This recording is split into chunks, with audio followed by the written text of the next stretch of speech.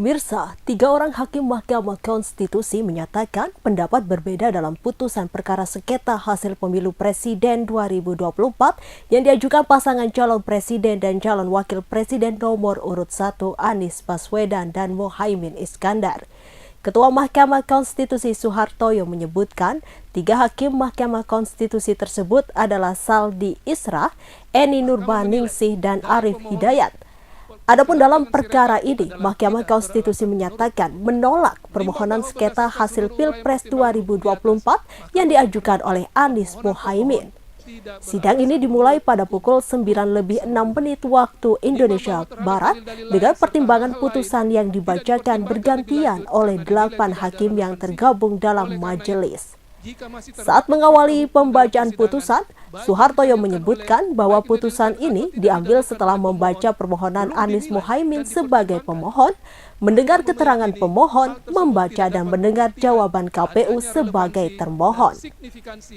Kemudian membaca dan mendengar keterangan kubu Prabowo Gibran sebagai pihak terkait, serta keterangan saksi ahli, dan kesimpulan dari kubu Anies Muhaimin, Komisi Pemilihan Umum atau KPU Republik Indonesia, kubu Prabowo Gibran, dan Badan Pengawasan Pemilu atau Bawaslu Republik Indonesia. Selanjutnya, Mahkamah Konstitusi juga membaca dan mendengar keterangan Menteri Koordinator Bidang Pembangunan Manusia dan Kebudayaan Muhadjir Effendi, Menteri Koordinator Bidang Perekonomian Airlangga Hartarto, Menteri Keuangan Sri Mulyani, dan Menteri Sosial. Mahkamah Konstitusi pun membaca keterangan amicus curiae dari berbagai pihak serta memeriksa alat bukti yang diberikan Anies Muhaimin, KPU Republik Indonesia, Prabowo Gibran, dan Bawaslu Republik Indonesia. Putusan yang dibacakan ini hanyalah putusan atas permohonan yang diajukan Anies Muhaimin. Masih ada permohonan dari Ganjar Mahfud yang akan dibacakan oleh Hakim Mahkamah Konstitusi. Dalam gugatannya ke Mahkamah Konstitusi, baik Anies Muhaimin dan Ganjar Mahfud sama-sama meminta agar Prabowo Gibran didiskualifikasi dan digelar pemungutan suara ulang. Berbeda dengan Ganjar Mahfud, Anies Muhaimin juga memasukkan petitum alternatif yakni diskualifikasi hanya untuk Gibran Raka Buming Raka. Gibran Raka Buming Raka dianggap tidak memenuhi syarat administrasi karena KPU Republik Indonesia memproses pencalonan Gibran menggunakan peraturan KPU atau PKPU nomor 19 tahun 2023. Kecamatan Panarukan akhirnya ditahan oleh penyidik pidana khusus atau Pitsus Kejaksaan Negeri Situbondo pada Senin 22 April 2024. Mantan Kades bernama Ahmad ini dijebloskan ke rumah tahanan Situbondo karena terlibat dugaan kasus korupsi alokasi dana desa tahun 2019 sebesar 287 juta rupiah. Untuk informasi selengkapnya akan disampaikan rekan Izzy Hartono.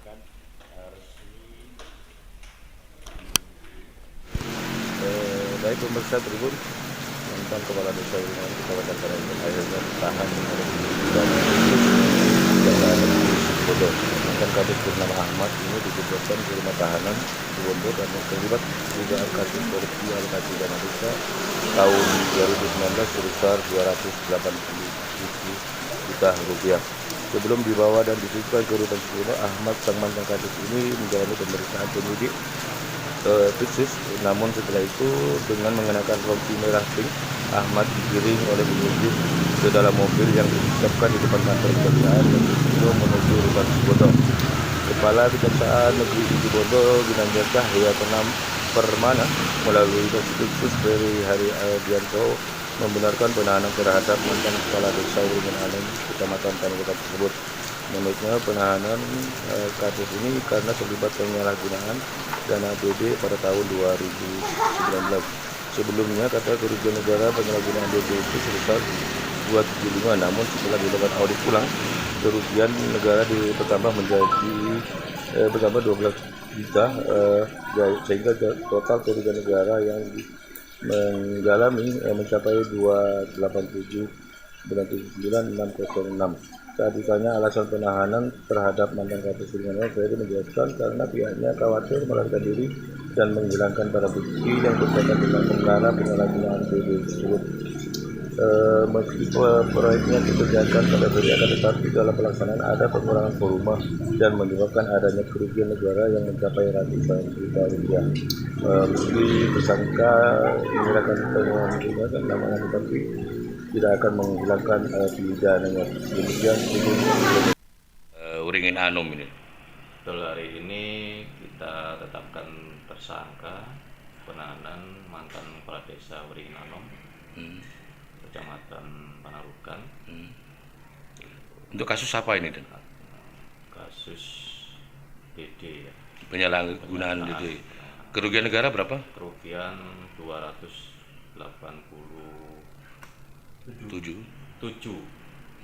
979.606,62. Alasan penahanan terhadap tersangka ini apa sebenarnya, penyidik? Alasannya ya dikhawatirkan melarikan diri, terus menghilangkan barang bukti. Terus tersangka dijerat pasal apa ini, Dan? Undang-undang tindak pidana korupsi. Ancaman hukuman? Ancaman hukuman ya maksimal 15 tahun. Ini terkait dengan laporan tahun berapa ini? Tahun 2023. Untuk DD-nya tahun 2019. 19 ini. Ini berarti ditetapkan tersangka hari ini dan langsung dijebloskan. Langsung dijebloskan. Ini proyeknya dikerjakan atau bagaimana sih, Dan? Kok bisa dilaporkan waktu itu? Ini dikerjakan namun ada selisih volume terhadap pekerjaan fisiknya. Pengurangan volume. Ada berapa titik, Dan, sebenarnya? Pemirsa, Hakim Mahkamah Konstitusi Republik Indonesia atau MK Daniel Yusmik Vogt menyatakan tak ada bukti yang meyakinkan para hakim jika Presiden Joko Widodo atau Jokowi melakukan cawe-cawe untuk memenangkan pasangan calon tertentu di Pilpres 2024. Pernyataan itu disampaikan Hakim Daniel saat membacakan pertimbangan pada sidang putusan hasil sengketa Pilpres 2024 atas gugatan Anies Muhaimin. Pasalnya, kata Daniel, dalil permohonan dari pemohon satu dalam hal ini Anies Muhaimin tentang cawe-cawe Presiden Jokowi tidak pernah diterangkan detail selama persidangan. Daniel menjelaskan majelis hakim memang mengakui adanya gugatan dan keberatan terkait Jokowi melakukan cawe-cawe. Hal itu berdasarkan bukti-bukti yang dipaparkan di muka persidangan, baik berupa artikel maupun video dari media. Namun demikian, Daniel menyatakan dalil kubu Anies Muhaimin yang menyebut cawe-cawe Jokowi untuk memenangkan paslon tertentu di Pilpres 2024 tidak disertai bukti yang kuat. Daniel melanjutkan, bukti tersebut tidak meyakinkan Hakim Mahkamah Konstitusi lebih jauh terkait adanya cawe-cawe Jokowi dalam mendukung salah satu pasangan calon. Selain itu, majelis hakim menilai selama proses penyelenggaraan Pilpres 2024, belum pernah ada peserta yang mempersoalkan cawe-cawe Jokowi. Daniel melanjutkan, tidak ada pihak yang keberatan terkait dengan aktivitas cawe-cawe itu, termasuk para peserta Pilpres 2024. Atas hal itu, Daniel menilai majelis hakim tidak menemukan adanya bukti yang meyakinkan Jokowi melakukan cawe-cawe untuk memenangkan paslon tertentu. Sehingga Daniel melanjutkan, tidak ada kaitan atau korelasinya antara bentuk cawe-cawe Jokowi yang dimaksud dengan potensi perolehan suara suatu paslon capres-cawapres. Tahun 2024 dengan menggunakan cara-cara di luar hukum dan di luar konstitusi. Terlebih terhadap dalil pemohon akuo, Mahkamah tidak mendapat bukti adanya pihak yang keberatan, khususnya dari peserta Pemilu Presiden dan Wakil Presiden tahun 2024 setelah ada penetapan pasangan calon presiden dan wakil presiden yang mempersoalkan pernyataan adanya cawe-cawe dari presiden terhadap penyelenggaraan pemilu presiden.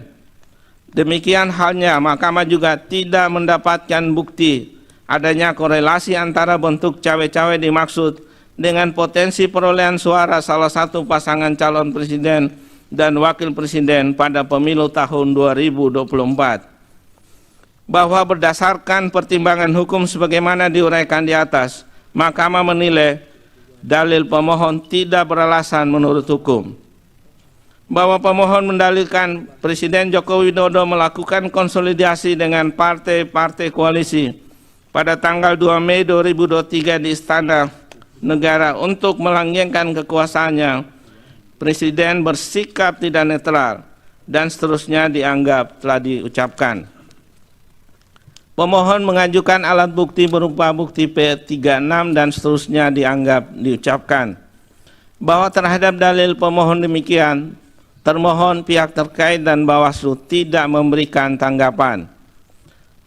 Bahwa setelah mencermati dalil dan alat bukti yang diajukan pemohon mengenai penggunaan data intelijen untuk menekan partai politik, Mahkamah menilai pemohon tidak menguraikan dan membuktikan lebih lanjut bagaimana tekanan demikian dilakukan.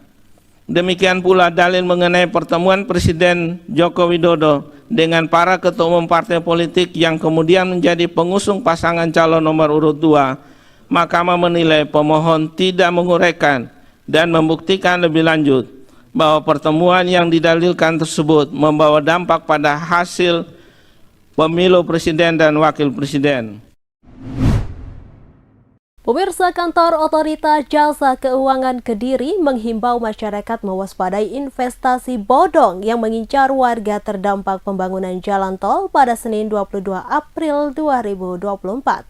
Kepala OJK Kediri Bambang Supriyanto menghimbau warga Kediri terdampak jalan tol untuk berhati-hati dalam penggunaan dana pembebasan lahan. Sesuai rencana, warga terdampak pembangunan jalan tol Kediri Tulung Agung dan Kediri Kertosono dalam waktu dekat bakal mendapatkan pembayaran ganti rugi. Bambang Supriyanto mengungkapkan jika ada oknum yang menawarkan imbal hasil yang tinggi untuk memastikan yang ditawarkan logis. OJK telah berkoordinasi dengan stakeholder terkait Pemkab dan Pemkot Kediri serta Badan Pertahanan Nasional serta perbankan penyalur dana untuk bersinergi memberikan edukasi kepada masyarakat. Diharapkan masyarakat juga paham atas himbauan yang telah dilakukan oleh OJK. Pembebasan lahan untuk pembangunan jalan tol ini meliputi masyarakat yang ada di Kabupaten Kediri, Kota Kediri, Kabupaten Nganjuk, dan Kabupaten Tulung Agung. Sebagian masyarakat sudah mendapatkan pembayaran ganti rugi pada termin pertama. Sehingga banyak di daerah terdampak banyak orang kaya baru atau OKB. Pada pembayaran termin berikutnya akan lebih banyak lagi warga yang menerima pembayaran ganti rugi dengan nilai puluhan juta hingga miliaran rupiah. Di Kabupaten Kediri, proyek strategis nasional atau PSN akan melewati 23 desa terdampak yang tersebar di 3 kecamatan, yakni Kecamatan Banyakan, Kecamatan Mojoroto, dan Kecamatan Semen.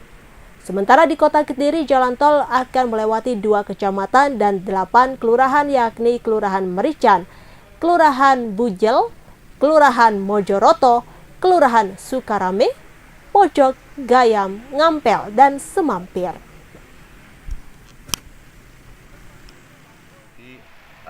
Kami menghimbau kepada warga Kediri yang terdampak jalan tol, mohon berhati-hati penggunaan dana dari pembebasan lahan.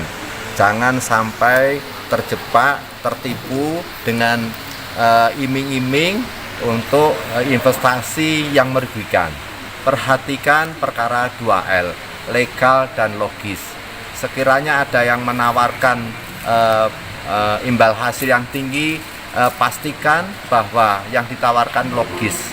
Karena yang tidak logis itu ujung-ujungnya selama ini adalah bodong, sehingga merugikan masyarakat. Kira-kira itu, Pak. Terus langkah OJK sendiri terkait investasi bodong tadi apa, Pak?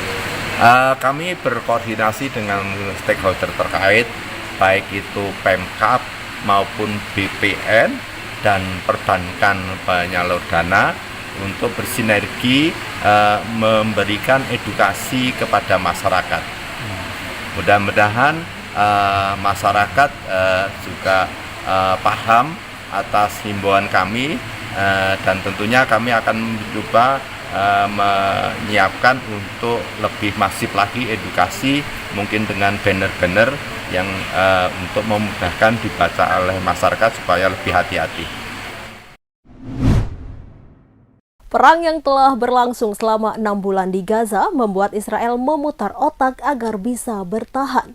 Salah satunya dengan memperbaiki kendaraan darat yang telah rusak untuk digunakan kembali dalam perang. Dilansir dari Jerusalem Post, militer Israel atau IDF mengakui sekitar 84% kendaraan darat kembali beroperasi di Gaza setelah mengalami kerusakan. Kendaraan itu mencakup tank, kendaraan lapis baja hingga bulldozer D9. Militer Israel mengatakan bahwa kerusakan yang dialami kendaraannya itu termasuk keausan. Misalnya terkena granat berpeluncur pada bagian permukaan luarnya. Sumber-sumber Israel mengatakan perbaikan aset militer semacam ini merupakan hal yang penting. Namun Israel juga mengakui bahwa kendaraan yang sempat rusak tak mungkin disiapkan untuk perang berbahaya misalnya melawan Hizbullah.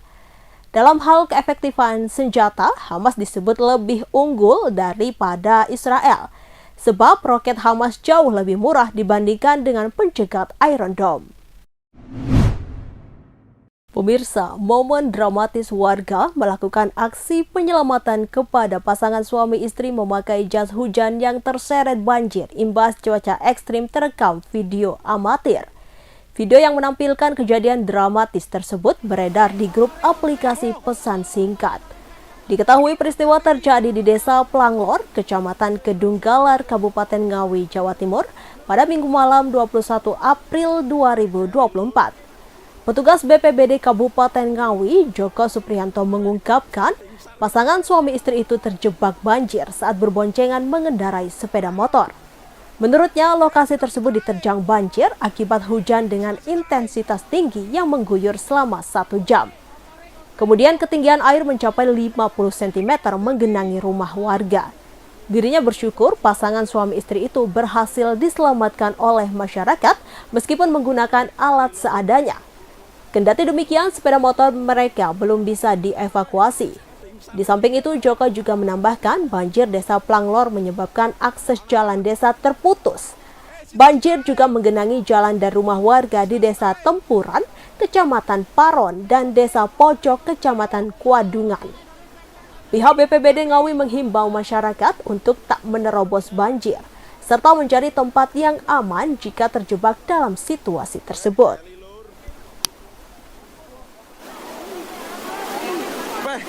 Tim Sari. Alon-alon. Cita-cita.